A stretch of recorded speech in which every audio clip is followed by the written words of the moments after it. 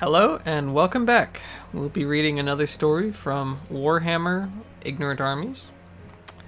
This time we will be reading A Gardener in Parravon by Brian Craig, and there's some really awesome artwork there. If it will focus, maybe. Anyway, so in the last video I was talking about Bob Naismith, I think is how it's pronounced. Again, apologize for any mispronunciations. Jess Goodwin actually did the Harlequins, so I was wrong about that.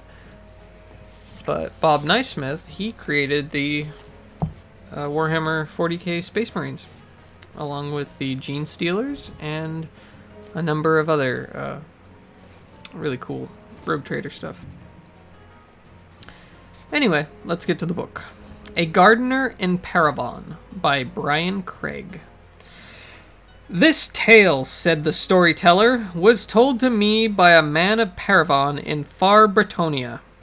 He said he had no wish to add to the evil reputation which the city of his birth already had, but that he did not care to bear alone the burden of speculation as to whether his late friend Armand Carrier was as utterly and completely mad as everyone chose to believe. You have heard of Parravon, and know of it what everyone knows. You know that it lies beside the great river Grismarie, in the foothills of the Grey Mountains. You know that it is a prosperous city whose wealthy folk are numerous and much devoted to the arts, as all men are when they need not work for their living and must find some idler way to spend their time. You know that the beautiful face which it presents in the daylight wears an ugly mask when darkness descends, and that strange and evil things are said to stalk its streets. The man who told this tale, whose name was Philippe Lebel, recommended that those who might have occasion to listen to it should also bear in mind certain other features of the town, which do not figure so large in its reputation, but which have some relevance to his story. Firstly, he asked the hearers of the tale should remember that the crags and crannies of the chalky cliffs which rise around the city provide nesting sites for very many birds, including some of which are seen nowhere else in the old world.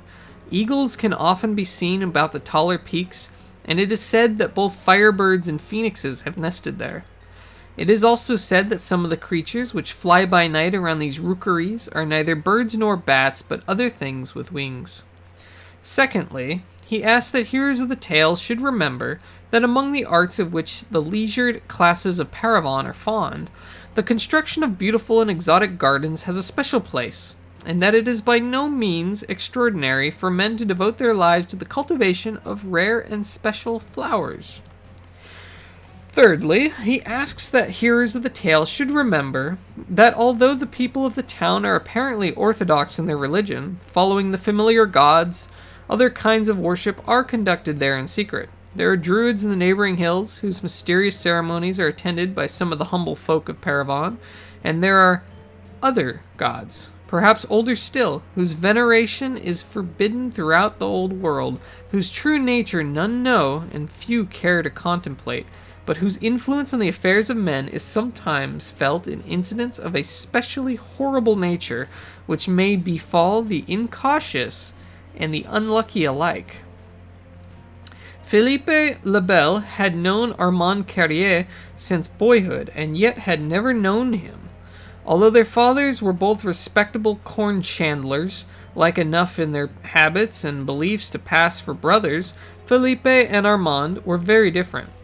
Where the former strove always to follow convention and to fit in with the society of his peers, the latter set himself apart. Finding anything ordinary dull, he came to fancy himself an artist of sorts, though he was equally unskilled as a painter, poet, and gardener. Philippe often thought that his friend's art was simply an ability to see the world from a straight angle, from which it seemed more magical and more malign. He was certainly attracted by all matters of unusual and arcane. With the aid of his tilted perception, Armand might have become a spellcaster's apprentice, but his parents would not hear of such a thing, and he excused himself from going against their wishes. and hence excising himself from his father's will by declaring that the wizards of Parravon were in any case a poor and shabby lot, far less powerful than they claimed. Those of you who have traveled will know that this is a common opinion. Familiar spellcasters, if measured by their accomplishments, always seem less able than they claim to be, and less fascinating than more distant wizards, whose abilities can only be measured by rumor and reputation. Young Carrier's affections offended his family, but he saved himself from total disgrace by working hard to master the arts of reading and writing, which his illiterate father commended on the grounds that they might prove very useful to a man in trade. Armand Arlas had no intention of employing these arts in such a vulgar manner. His aim was to entertain himself with books of a questionable nature, and seek therein the secrets of arcane knowledge. The Carrier house was tall, and set upon the ridge of a small hill. Armand's room was considered a poor one, set just beneath the eaves in the side of the house, which never caught the sun. He liked it, though, because his was the only window which faced that way, looking upon the wilder part of the hill, which was thick with thorn bushes. The only other building which overlooked that part of the ridge was a tower house situated at its further edge, nested among dark trees along a high-hedged garden. Ever since boyhood, Armand had believed that there was a mystery about that lonely house and its garden, whose hedges were so unnaturally high as to exclude the sun's direct rays, save for a brief period around the hour of noon. While Armand studied his books and practiced his script, as he would often sit by the window of his room, looking up occasionally to stare at the hedge, he knew that the plants which grew in the garden must be curious, partly because it was lighted for such a short time each day, and presumably contained only those flowers which could adapt to such a strange regime, but partly because the hedge was so clearly designed to keep prying eyes at bay. Once or twice, when he had been a child, he and Felipe had run the gauntlet of the thorn bushes to reach the bounds of the garden, for there was no path between the two houses, but they had never been able to see what was within. What Armand could see, however, was a certain strange traffic between the garden and the cliffs where the birds of Parravon made their nests. Most of the gardeners of Parravon considered the birds their enemies, for they would come to peck the new-laid seeds, to spoil the pretty flowers with their droppings, and to devour the fruits which grew upon the bushes. The gardener of the tower house seemed to be an exception, for there was never any indication of birds being shooed away, though they seemed to come in considerable numbers, especially in the hours when the garden was shadowed from the sun. At dusk, when the birds of Parravon were wont to wheel about the roofs, calling to one another stridently as they assembled in flocks before returning to their roosts, the birds which visited this particular garden would rise more sedately, one at a time, and drift away into the gathering gloom. The more Armand watched, the more he became convinced that far more birds flew down into the garden than ever flew up again. Armand called the attention of Philippe Lepel to this phenomenon on more than one occasion, but Philippe believed that his friend was trying to make a mystery out of nothing, and paid no attention. This disinterest only served to make Armand more interested and more determined to find a mystery. He began to seek through the pages in his books for records of carnivorous plants which could trap birds. He found various travelers' tales containing believable accounts of plants which trapped insects, and rather unbelievable accounts which devoured men, but no trace of any rumor about plants which fed on birds. Investigation of the hillside beyond the tower house revealed that there was no proper road to its gate, but only a path. Armand began to linger at the bottom of that path, waiting to catch a glimpse of the owner of the house, whose name, his father had gruffly told him, was Gaspard Grillet. When Armand had asked further questions, as his father had simply disclaimed any further knowledge, and had stated that honest men did not pry into their neighbors' affairs, Armand soon ascertained that Grillet emerged from his solitary lair only 2 or 3 weeks at a time, carrying 2 large bags, which he took to the marketplace and filled up with food. He began to study the man from a distance, and twice followed him into the town to watch him go about his humdrum business. Grillet was tall and bald, with eyes which were very dark, yet seemed unnaturally keen and bright. But if he noticed that he was under observation by Armand, he gave no sign of it. Armand asked several of the tradesmen who dealt with Grillet what they knew of him, but none of them could tell what manner of man he was, or how he earned his coin, or to what gods he addressed his prayers. None of the tradesmen had a word to say against their customer, but on one occasion Armand saw a gypsy woman make a sign as he passed, which was supposed to ward off the evil eye. This might have meant nothing at all, for gypsy women are ever so anxious to ward off spells that they frequently make such signs without any reason or provocation, but Armand was nevertheless encouraged to believe that she might have a reason. He knew that gypsies were usually followers of the old faith, and wondered whether this Gaspard Grillet might be known to the druids as a bad man, and perhaps a cleverer one than any of those who went about the city boasting of their prowess as spellcasters.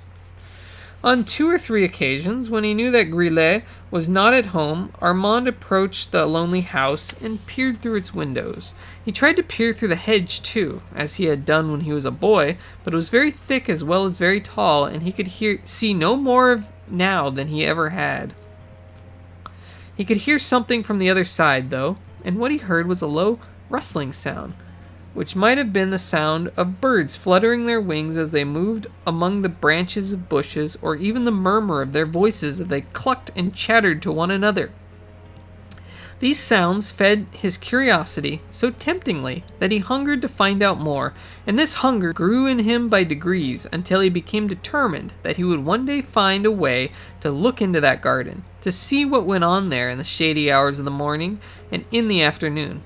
It was unfortunately typical of his frame of mind that he never once considered taking a straightforward course, seeking to make the acquaintance of Gaspard Grillet, so that he might quite legitimately ask what the plants the garden contained. Armand knew that he must get higher up if he was to see over the hedge of the enigmatic garden, and there was only one way to do this that was immediately obvious to him. There was no other room above his, but the house had a steeply sloped roof of red tile and a chimney stack which could offer him an extra 12 or 13 feet of elevation if only he could scale it. Because this seemed a hazardous project, he called upon the help of his friend Felipe, asking him to secure a rope within his room and pay it out yard by yard while he climbed, so that if he fell, the rope would save him from serious injury. Felipe agreed reluctantly, and waited impatiently when Armand had clambered out, wondering what possible account he could give to the Carrier family should the escapade go wrong. But he need not have worried, because Armand soon came back through the window unharmed and in a state of some excitement. "What did you see?" asked Felipe, caught up for once in the tangled threads of the mystery. "I could not see so very much," replied Armand, "but more than I have seen before. There is a trellis-work erection, perhaps a kind of summer house, though I could only see the top of it, which is longer than it is broad, having the house at one end and an open space at the other. The trellis work of a building to assist climbing ropes and honeysuckle, but I could not tell whether there was a wall within. The roof of the trellis bears flowers of several different hues, huge flowers, with heads like trumpets. There are birds there, wandering about." "And did you see these flowers seizing and devouring the unfortunate birds?" asked Felipe. "No, I did not," admitted Armand, "but I have not seen the like of those flowers before, and I feel sure that there is something strange about them." "Oh, Armand," said his friend, "are you not satisfied? Must you still insist that although what you have seen is by your own account most ordinary, what remains hidden from you must be something unparalleled in its strangeness?" "The birds are ordinary," replied Armand insistently, "but their situation is not. I have never seen the flowers before, nor have I seen such a structure to mount them. What pleasure could it give a gardener to place his best blossoms on the roof of a structure where he could not see them?" "Ah," said Felipe, "but he can see them, can he not, from the upper windows of his own house? And you have said yourself that the garden gets too little sun. Is it not probable that the entire purpose of the structure is to lift the flowers up so that they receive more?" If this speech was intended to set Armand's mind at rest, it failed. For Armand was no longer listening. Instead, he was standing by his window looking out in the direction of Gaspard Grillet's house. Felipe went to stand by him to see what he was looking at, and saw that the shutters of the one window which faced this way, which had been closed only a few minutes before, had now been thrown back. There was a man standing at the window, just as Armand was standing at his, and he was staring at the Cartier house. Felipe drew back reflexively, but could not resist peeping around the angle of the window to see what would happen. After standing there for a little more than a minute, Grillet went away, leaving the shutters undone. "He must have seen you on the roof," said Felipe. "I suppose he must," replied Armand, "but what of it? A man may climb upon the roof of his own house if he wants to." Despite the bravado of his words, however, Armand's face was pale and frightened. It was as though all his excitement had been turned by that cool stare into anxiety. "And yet," muttered Armand, hardly loud enough for his friend to hear the words, "there is some secret about that garden, and I would dearly love to know what it is. I feel an attraction to it, as though it had placed a spell on me." "It is only a garden," said Felipe soothingly, "and by no means the only one in Parravon to contain special blooms, whose owner strives to hide them from potential thieves." That night Armand closed the shutters of his window tightly, as he always did, as all men in Parravon do, if they have any sense. But in his sleep he had a very curious dream, in which there was a tapping at those shutters, and a fluttering sound of wings in hectic motion, and a sharp scraping sound as though a claw was dragged momentarily across the outer surface of each shutter.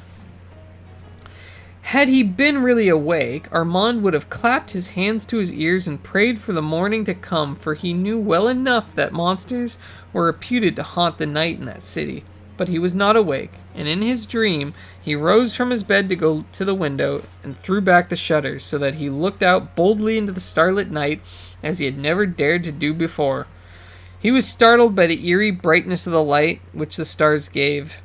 Though he could not follow these shadows as they wheeled and soared in the starry sky, he became convinced that it was around the roof of the tower house that they gathered, and when he looked at the tower house, he saw that the window from which Gaspard Grillet had looked out into the daytime was unshuttered, with a red light burning within it, and that someone stood there looking out, just as Armand was, perhaps Grillet, perhaps another.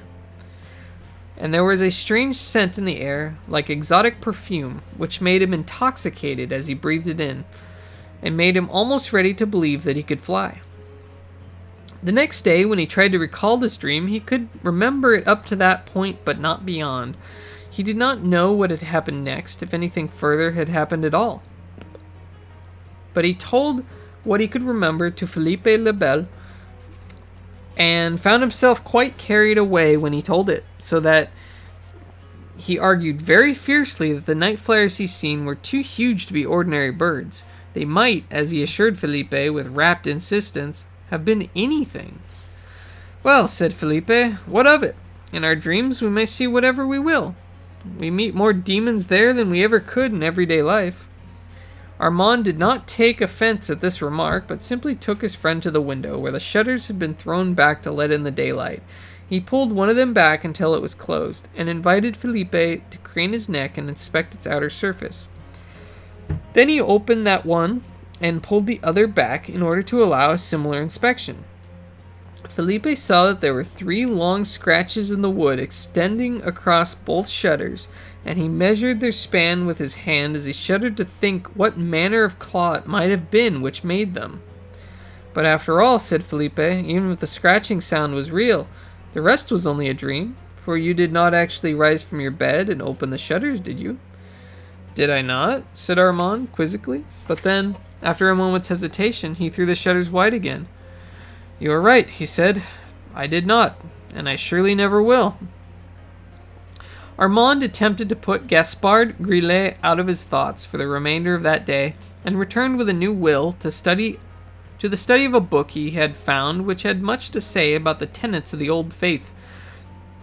He tried not to dwell on the matter of the garden, but could not help pausing whenever he found a reference to flowers, lest he find some clue regarding the nature of the unknown blooms which he had seen upon the trellis in the hidden garden.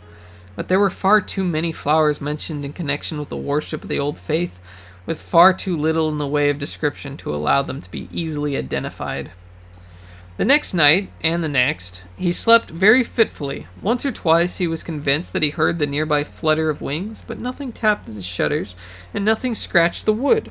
He did not dream. Indeed, it seemed that whenever he was about to escape from anxious wakefulness into the comfort of a dream, he was snatched back from its brink so that he might continue to toss and turn upon his pallet. By day, he tried to tell himself that he had done everything he could to fathom the mystery, and must be content to let it alone.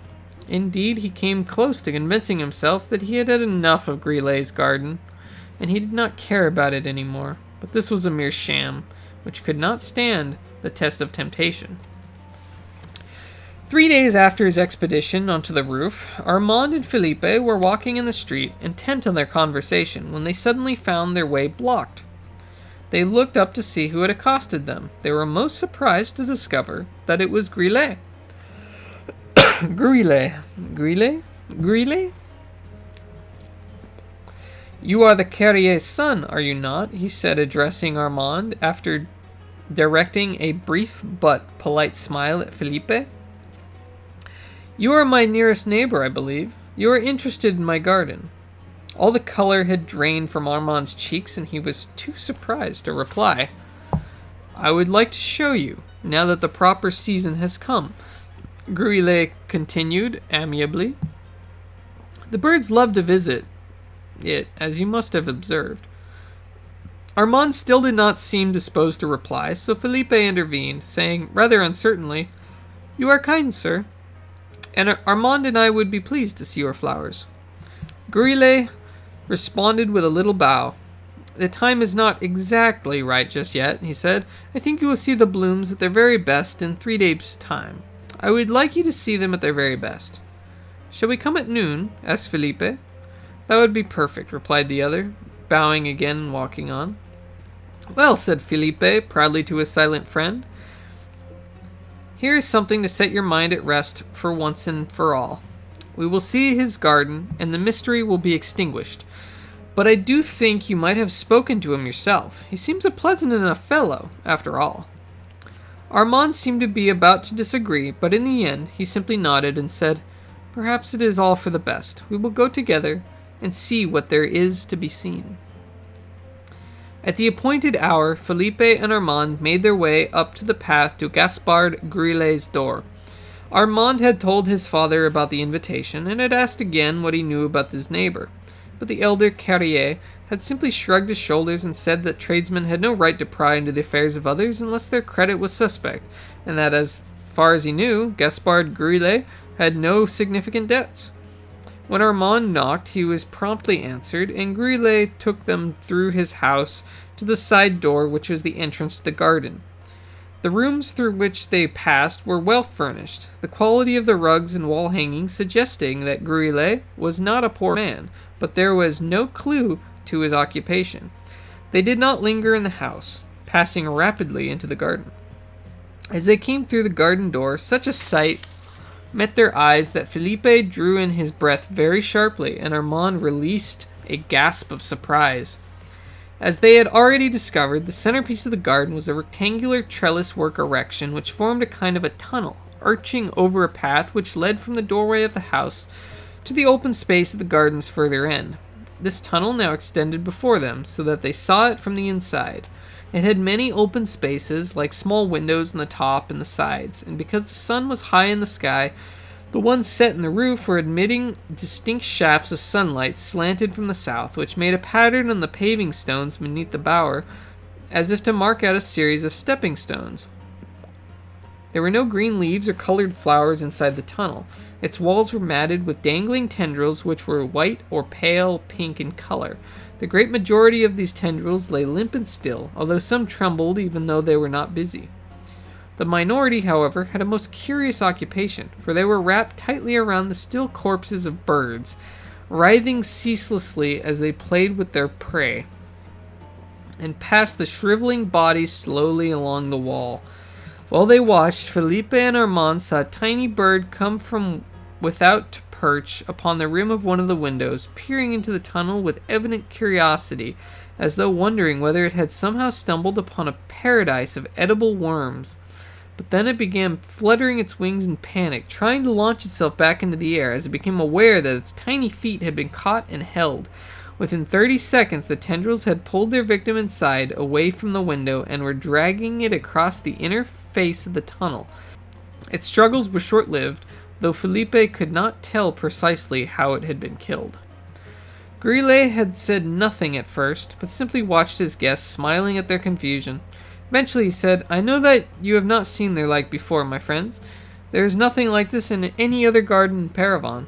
But this is not a pretty sight, and I am sure that you would prefer to look at the lovely flowers." He led the two youths to the outside of the bower, where they could see the woody trunks of the climbing plants embedded in the soil, and the pale green leaves which surrounded the huge blossoms. The nearest flowers grew just above head height, and there was little foliage close to the ground because that part of the bower never caught the sun at all. The growth was lush, but the pattern of trellis work could clearly be seen from without, whereas it had been masked within by the sheer profusion of the clinging tendrils. There were many birds fluttering about the garden. They were all, as Armand had lately observed from the roof of his house, perfectly ordinary. They wandered about aimlessly as though they too were visitors invited for a leisurely inspection, come to enjoy the beauty of the blooms. They went unmolested as they perched on the outer stems and branches. Only when they alighted by the windows within reach of the pale tentacles were they seized and pulled inside, without so much as a cry of alarm. The flowers, as Armand had reported, were of many different colors, but all of one shape. Each flower was the size of a man's head, shaped like a bell, with a bright waxen style which rather resembled, Felipe could not help but notice, a male sex organ. But there were no stamens gathered around the styles, unless they were confined to the most secret recesses of the bells. "These flowers are very rare," Gaspard Grillet assured them. "You will not find their like anywhere in Bretagne, save perhaps for the deepest parts of the wild forests.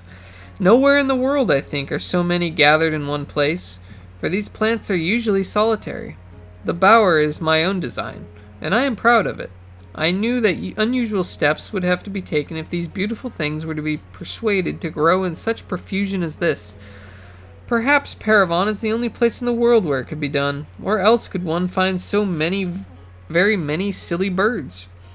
Neither of his guests knew how to reply, but this time it was Armand and not Felipe who found his tongue. "They are very beautiful," he admitted. He reached up to touch one and ran his finger around the rim of the bell. Then he touched the tip of the style, which Felipe would have been embarrassed to do given its shape, but took his hand away suddenly. With a slight start of surprise, he looked at the tip of his finger, where there was a tiny droplet of liquid, red as blood.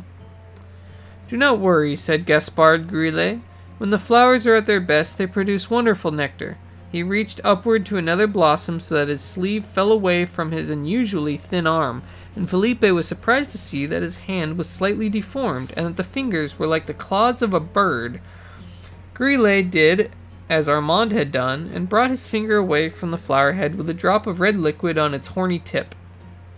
He put the finger to his mouth, licking away the drop with the tip of his tongue. "It is sweet," he said. "Please try it. It will do you no harm."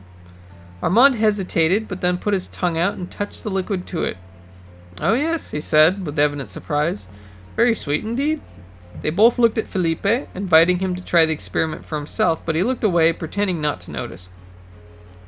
While this occurred, they had been walking along beside the flowered wall, and now they came to the further end of the bower, to the open space which separated the trellis from the hedge. Here there grew in a ragged circle 5 remarkable things which looked like giant toadstools, each one with a thick chitinous pedestal and wide cap colored black and silver. This color was so odd that Felipe thought at first they might be carved from stone, but when he came closer he saw that they had the proper texture of fungal flesh. He did not want to touch one merely to make sure, but Armand was not so shy and placed his hand upon the nearest one. "It is warm," he said in surprise. "An ugly thing," said Grillet apologetically, "but not everything rare and precious is beautiful, and these are no more common than my lovely blossoms." They are not so attractive to birds, but they have their own place in the scheme of nature, as all things have. This little speech reminded Felipe of Armand's earlier conviction that Gruyle was known to the followers of the Old Faith, and he wondered if the man might be a druid spellcaster who cultivated these strange things because of some virtue which they had, but it was not the sort of matter which he could be raised in polite conversation, so he held his tongue. As Gruyle led them back to the house, he said, "I am sure that you will think my garden is odd, and so it is. Perhaps you will think it cruel to raise flowers which feed on birds, but they are very beautiful flowers, are they not? And Parravon has no shortage of birds, as you must certainly agree. There is room in the great wide world for many different gardens and many different kinds of beauty." Afterwards, he watched them as they walked down the path towards the town, but he had gone inside by the time they turned the corner to walk around the foot of the ridge, returning to the house where Armand lived. Felipe was eager to discuss what they had seen in Gaspard Gruille's garden, but Armand was disinclined to accommodate him. It had surprised Felipe to learn that Armand's wild surmise about the fate of the birds which visited the garden was actually correct, and it seemed to him an item of gossip worth spreading, for Gruille had not asked them to keep silent about what they had seen. Armand, on the other hand, seemed only to desire solitude in the company of his books, so that Felipe soon left him alone. When night fell, Armand closed and locked the shutters of his window as usual, and went to his bed in a state of some exhaustion, having slept so badly of late. This time, however, sleep came very quickly to claim him, and he did not toss and turn at all. He was later to tell Felipe that he believed he had slept dreamlessly for a long time, while he was visited by a very dreadful nightmare. The nightmare began, as had his peculiar dream of some days earlier, with the sound of something attempting to gain admission at his window, first by rapping as though to demand that he open the shutters, and then by tearing at the edge of the wood with clawed fingers. In the end, Armand explained his dream self had risen from the bed and gone to the window, unlocking the shutters and throwing them open. There, hanging upside down from the eaves like a great bat, was a monstrous creature with brightly colored feathered wings and a man-like face with thick, rubbery lips. Its body resembled a plucked bird, the skin all puckered and dappled, and its limbs, of which there were 4 in addition to the wings, were like the limbs of eagles, scaly and taloned. This creature snatched at Armand's dream self and lifted him as though he weighed hardly anything at all, but this action was not hostile, and almost seemed protective, for as the demon launched itself into flight, it hugged Armand to its bosom, as a mother might clutch a child. Fearful of falling, Armand wrapped his arms around the waist of the peculiar creature, as though accepting and returning its embrace. He reported that as they flew, he could feel the beating of the great muscles in the demon's breast, where his face was pressed against the wrinkled skin. There were, he said, no teats upon that breast at which an infant could suck.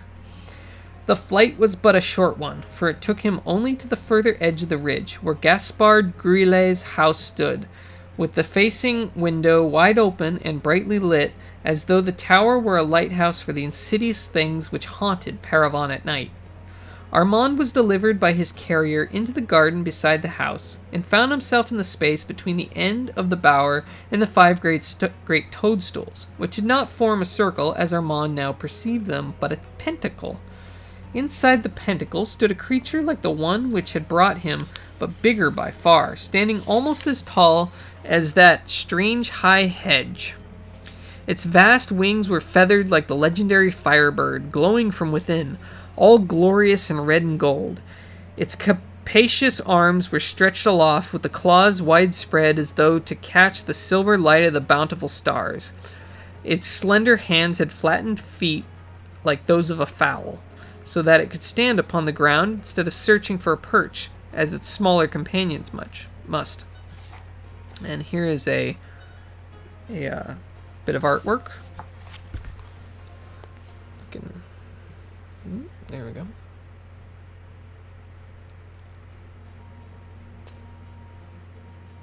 Looks like quite an unpleasant thing. That art is by Ian McCaig. The expression on its face, as it looked at Armand, was paradoxical, for the face, so Armand said, was uglier than he could have ever imagined, with horrid bloodshot eyes, and a nose like a huge serrated beak, mounted above a mouth crowded with sharpened teeth. And yet, said Armand, the gaze of those foul eyes was predatory, but fond, and the black tongue which crawled in serpentine fashion between the cluttered teeth was not licking the outer lips as though in anticipation of a meal, but teasing him with its little motions, as a mother might tease her child with friendly grimaces. When his dream self had borne this inspection for a few long minutes, Armand felt himself taken up again and lifted to the roof of the bower where the brightest and the best flowers grew, and he was tenderly placed among them in the middle of a crowd of perching demons. He already knew what to do, and bowed his head immediately to a succulent bloom, taking the central style into his mouth, as all the others were doing, sucking greedily at the milk which was within, carefully prepared by the wondrous flowers from the tender flesh of captured birds. The taste, so Armand said, was sweeter than he ever could have imagined, though his father's table, at which he had feasted throughout his life, had been well supplied with sugary delicacies as that of any tradesman in the city of Parravon. When Armand related this dream to Felipe, he told him that there had been more, and that his wild adventure must have continued for several hours, but the rest of it evaded his waking memory, and he could not be recalled. Felipe was more impressed by this dream than he had been by the first one, which Armand had related. He was almost ready to believe that there was something truly awful about the garden which they had seen, and that Gaspard Grille might actually have signed some dire pact with the demons of Parravon. And yet, he told himself as he listened to Armand's feverish recital, a dream is only a dream, and the shutters, the windows, had never in fact been opened, nor were there any additional scratches to be seen upon the outer face. With these doubts in mind, Felipe told Armand that his nightmare, however frightening it may have been, could not be taken seriously as a revelation. Perhaps, he suggested, the dream had been a kind of release by which all the anxiety Armand had been storing up had at last been discharged. Armand dismissed this explanation out of hand. "There is more," he said excitedly, "for when I woke this morning and went to my book, I discovered the last passage for which I have been searching, the passage which helps to explain what manner of things these monstrous flowers are, and what dreadful harm they can do." So saying, Armand placed the open book before his friend, but Felipe could not read, and Armand was forced to say aloud what was written there. "The followers of the old faith," he quoted, "believe that every living element of the natural world is properly destined for the nourishment of others. As the flower feeds the bee, which will make honey for the bear, so the leaf feeds the worm, which will later take flight as a brightly colored thing, which will feed the bird, which feeds the hawk, which will fall in time to earth, as the bear falls also, to feed the tiny things which crowd the fertile soil, where the roots draw nourishment to feed the flower and the leaf. So it is that everything which lives is born from the soil and the sea and the air, and must return in time to soil and sea and air, so that all may be renewed, forever and ever, without pause or end. But the followers of the old faith say also that there is an evil in the world which seeks to pervert the weave of destiny. There is an evil which alters the flower or the leaf to become the nourishment of demons, so to spread the seed of chaos within the world. Those who believe this have the following warning to give to the unwary. Beware the treasonous beauty of that which is food for demons, for though it harbors the milk of ecstasy, it promises destruction." When he heard this, Felipe le Bel felt a chill in his heart, and for just one moment he saw the world as Armand Carrier saw it, as a peculiar and magical place full of threats and confusions, in which no man could live in comfort and safety. It was not the kind of world in which he desired to spend the remainder of his days. "Can you not see," said Armand, "that Grille keeps his garden for the nourishment of demons, who fly there by night? I cannot tell whether he is their servant or their master, or what he may have to do with the other horrid things which happen in Parravon by night, but this I know, that man's soul is not his own, and his garden is a thing so vile as to terrify the mind of any honest man." But Felipe would have none of this. Armand, he said, truly believing that he was reaching out a helping hand to save his friend from unworthy fears. This is nonsense. The old faith is for gypsies, and for the ragged men of the forests. We are of the town, and have better gods to guide us. The excellent gardeners of Parravon have shown us that the flowers of the wild are there to be tamed, arranged, and regimented to our pleasure. Gaspard Gruillet is but a gardener, after all. He does not seek to make a secret of his garden, but willingly took us into it to show off his pride in achievement. Lay down that book, I beg you, and take up another, which will teach you the ways of the merchant and the market and the arts of civilized men. Felipe said that his friend looked long and hard at him then, but said nothing, and finally laid the book aside. They both went to the window to stare across the ridge at the tower house, and the tall dark hedge which surrounded its garden. Did we really play along that ridge when we were children? Asked Felipe with a small laugh. The thorn bushes must have been sparser then, for I am sure that we could not find a way among them now. It was a long time ago, Armand replied, and we were children then, very different from what we have become. Early the next day, Armand's mother came to his room to search for him, because he had not come to breakfast. She found the room empty, with the bed in disarray and the shutters wide open. She went to the window and looked out, and immediately saw her son's body some little distance from the wall, deep in the bosom of a thorn bush. It was not easy to reach the body, and the elder Carrier had to call upon the assistance of his neighbors to hack a way through it. Felipe was one of those who helped with this dire work, and thus was able to see the corpse of his friend before it was taken, with great difficulty, from the bush. It was plain that Armand had fallen into the bush from a height, and the only sensible hypothesis which could be offered in explanation was that he had undone the shutters of his window during the hours of darkness, climbed up on the sill, and launched himself from it in a prodigious leap, which had delivered him inevitably to his fate. The thorns had punctured him in very many places, hard driven by the force of his fall, and when they had finally pulled him free of the bush, they saw there was hardly an inch of his flesh unmolested. It was though as he had been ripped and rent by many wicked claws. When the company returned to the Carrier house, Felipe told them all about the dreams which Armand had suffered, and about their visit to Gaspard Gruillet's strange garden. Because it was the first time he had told the story, it was far more confused in the telling than the version which you have just heard. But it would probably have made no difference if every detail had been in its proper place, for these were townsmen and tradespeople, and although they bolted their doors most carefully at night, they were inclined to believe that whatever the dark might hide was no concern of theirs. Nightmares, they agreed, were a sign of madness and folly, and if any more proof were needed that poor Armand had been utterly deranged, one only had to look at the peculiar books which he had chosen to read. As for Gaspard Gruillet, the elder Carrier and his friends were unanimous in declaring him a good neighbor. If the plants in his garden captured and devoured birds, that was certainly peculiar, but Parravon had no shortage of birds, and the great majority were a nuisance to other gardeners, so Gruillet's activities must be counted to the public good. And if any further proof were needed that the gardener was worthy to live among honest tradespeople, there was the universally acknowledged fact that he was a man with no significant debts. And that was A Gardener in Parravon by Brian Craig. Next time we will be reading The Starboat by Steve Baxter. I hope you enjoyed it, and I hope you'll come back and hear the rest. Thanks for watching.